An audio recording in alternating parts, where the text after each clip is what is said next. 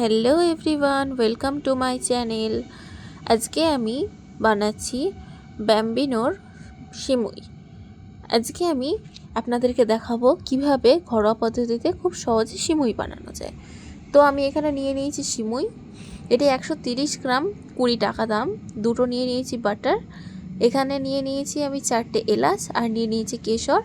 কেশরটা আমি নিয়েছিলাম দা কেশর মহল থেকে। আমি এখানে দেখিয়ে দিচ্ছি এই কিসের আমি কেশরটা ইউজ করেছি। এখানে এনাদের ফোন নাম্বার আছে, চাইলে আপনারা এখান থেকে যোগাযোগ করে নিতে পারেন। আর নিয়ে নিচ্ছি আমি জ্যাগেরি পাউডার। আপনারা এখানে চিনি বা জ্যাগেরি পাউডার ইউজ করতে পারেন। আর নিয়ে নিয়েছি লবণ। আর নিয়ে নিয়েছি আমি জল। তো চলুন কিভাবে আমি রান্নাটা করছি সেটা শুরু করা যাক। এখানে আমি একটি ছোট কড়াই নিয়ে নিয়েছি। কড়াইটি আমি গ্যাসে বসিয়ে গ্যাসটি অন করে দিলাম।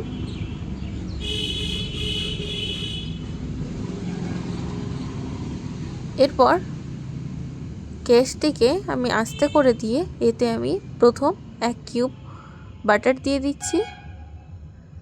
আমি স্পুনের সাহায্যে বাটারটিকে দিয়ে দিচ্ছি কড়াইতে।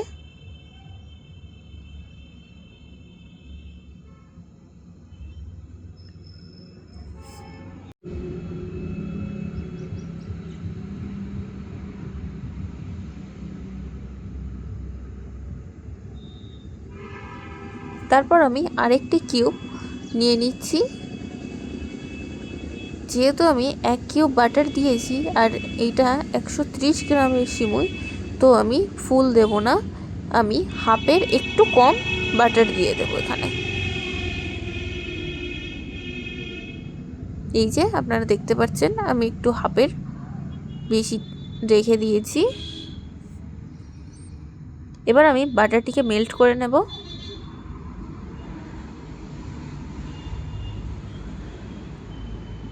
এবার আমি সিমুইটা দিয়ে দেব। সিমুইটিকে আমি হাফ হাফ করে ভেঙে নিয়েছিলাম।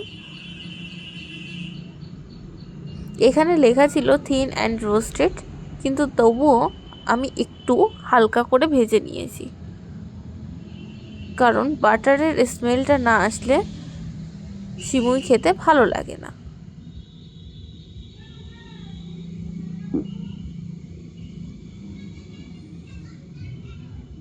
এইভাবে আমি খুন্তির সাহায্যে এটিকে ভেঙে ভেঙে নিলাম।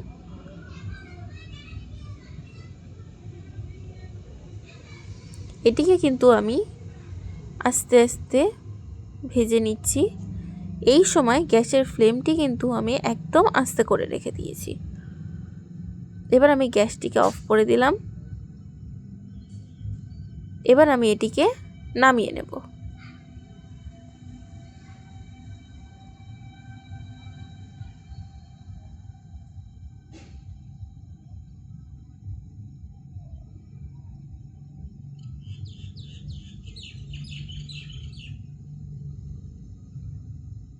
এটি নামানো হয়ে গিয়েছে।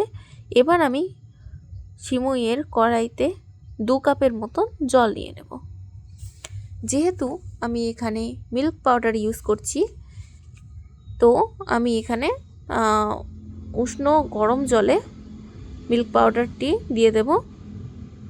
আমি এখানে 4 table spoon milk powder use করেছি। আর আমি মিল্ক পাউডারটি Amul spray milk powder use করেছি এখানে।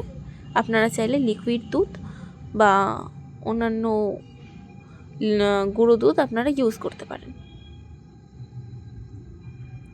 এখানে আমি 3টে এলাচ দিয়ে দিচ্ছি। এলাচগুলোকে ভালো করে ফাটিয়ে তারপর আমি দুধের ওপর দিয়ে দিচ্ছি। এখানে কিন্তু গ্যাসের ফ্লেমটি আমি জোরে দিয়ে রেখেছি।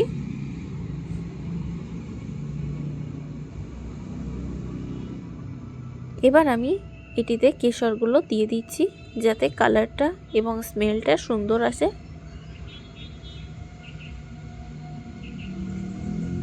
এখানে আমি একটা এলাচ রেখে দিয়েছি, যেহেতু আমার পরে মনে হয়েছে 3টে এলাচ এনাফ, ওই জন্য আমি এখানে এলাচ আর ব্যবহার করিনি।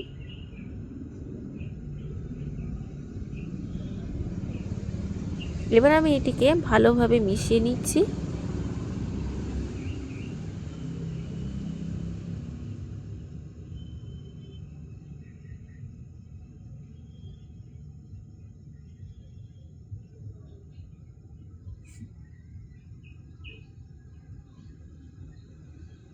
এবার আমি দিয়ে দেব স্বাদ মতো লবণ।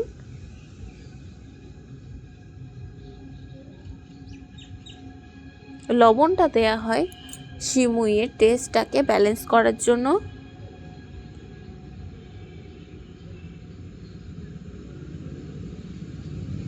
এবার আমি এটাকে ভালোভাবে মিশিয়ে নিচ্ছি। তারপর আমি এটিকে কিছুক্ষণের জন্য ফুটতে দেব। 1 মিনিটের জন্য ফুটতে দেব আমি এটিকে।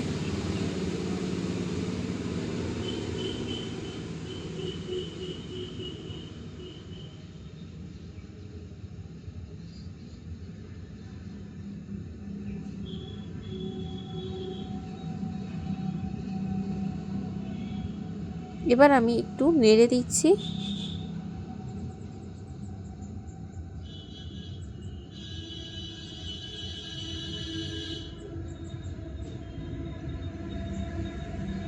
আমি আপনাদেরকে দেখিয়ে দিচ্ছি, এখনও আমার 1 মিনিট হয়নি, কিন্তু কেমনভাবে ফুটছে, এই রকম টকবকভাবে করে ফুটবে।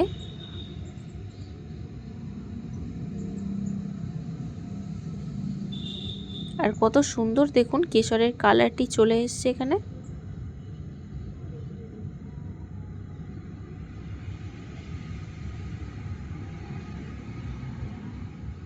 এবার আমি সিমুইটিকে দিয়ে দেব।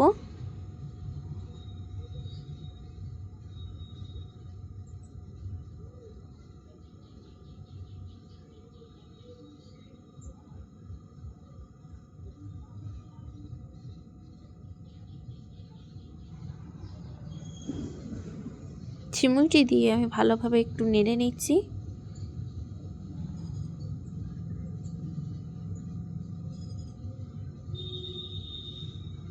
গ্যাসের ফ্লেমটি কিন্তু আমার হাই আছে।